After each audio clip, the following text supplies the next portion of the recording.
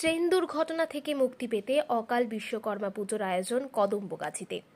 মাঝে মধ্যেই খবরের শিরোনামে একটা নিত্য দুর্ঘটনার খবর উঠে আসে, যা হলো ট্রেন দুর্ঘটনা, যে ঘটনায় মুহূর্তের মধ্যে অকালে কেড়ে নেয় বহু মানুষের প্রাণ।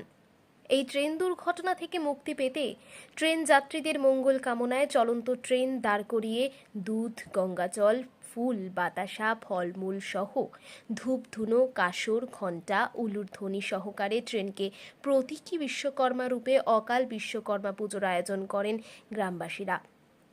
এই ঘটনাটি উত্তর 24 পরগনার দত্তপুকুরের শিয়ালদহ হাসনাবাদ শাখার করিয়া কদম্বগাছি রেল স্টেশন সংলগ্ন এলাকায়।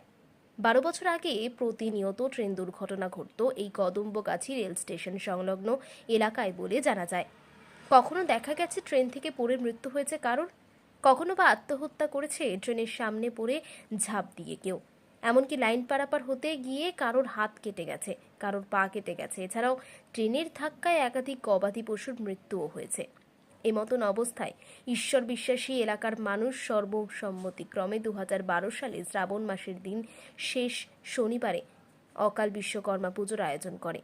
ধর্মীয় রীতি অনুযায়ী ভাদ্র মাসের শেষ তারিখে বিশ্বকর্মা পুজো হয়ে থাকে, অথচ 1 মাস আগে বিশ্বকর্মার আয়োজন করাকে অকাল বিশ্বকর্মা বলা হয়।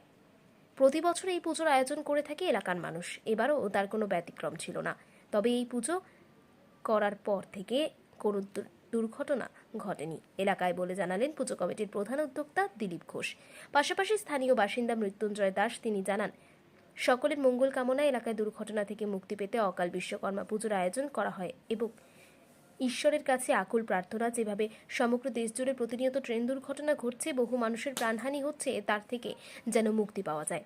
এই পুজোকে কেন্দ্র করে সকালবেলা স্থানীয় মহিলারা স্নান করে পবিত্রভাবে যে স্থানে বারবার দুর্ঘটনা ঘটত সেই স্থানে দুধ, গঙ্গাজল দিয়ে রেল লাইনকে ধুয়ে ধূপধুনো জ্বালিয়ে ফুল বাতাসা দিয়ে বিশ্বকর্মার আরাধনা করে থাকেন। এই পুজোতে কোনো মাটির বিশ্বকর্মার মূর্তি বসানো হয় না, ট্রেনকেই বিশ্বকর্মা রূপে পুজো করা হয়, কারণ চলন্ত ট্রেন যেন কখনো ঘাতক না হয়, কোনো মানুষের যেন অকালে প্রাণ কেড়ে না নেয়। তবে বিশ্বকর্মা পুজোর আগে অকাল বিশ্বকর্মায় এলাকায় বেশ সাজো সাজো রব পড়ে এই দিনে।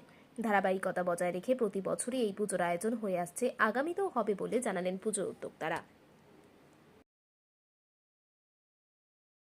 অকাল বিশ্বকর্মা পুজো কেন? আমরা এখানে 2012 সাল থেকে আমাদের এখানে 2 বছরের মধ্যে 8টা লোক কাটা পড়েছিল। 7 নম্বর রেলগেট থেকে স্টেশন চত্ব পর্যন্ত এইটুকুই কাটা পড়েছিল। তার জন্য আমরা সকলে মিলে, আমাদের এলাকার মায়ের ছেলেরা সবাই মিলে আমরা একটা সিদ্ধান্ত নিলাম, আমরা এখানে অকাল বিশ্বকর্মা পূজা করব, ঈশ্বরের কাছে কামনা করব যাতে আমাদের এর থেকে মুক্তি দেয়।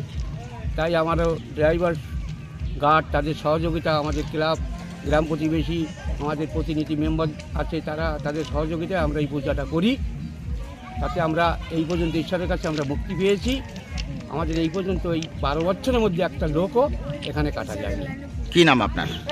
এখানে আরও সব রেলের কাছে আমরা আবেদন করি, আমরা ঈশ্বরের কাছে তাদের কাছে কামনা বাসনা করি যে এইভাবে যাতে এই কাজটা হোক, তাতে আমাদের উন্নতি হচ্ছে। আমার নাম দিলীপ ঘোষ।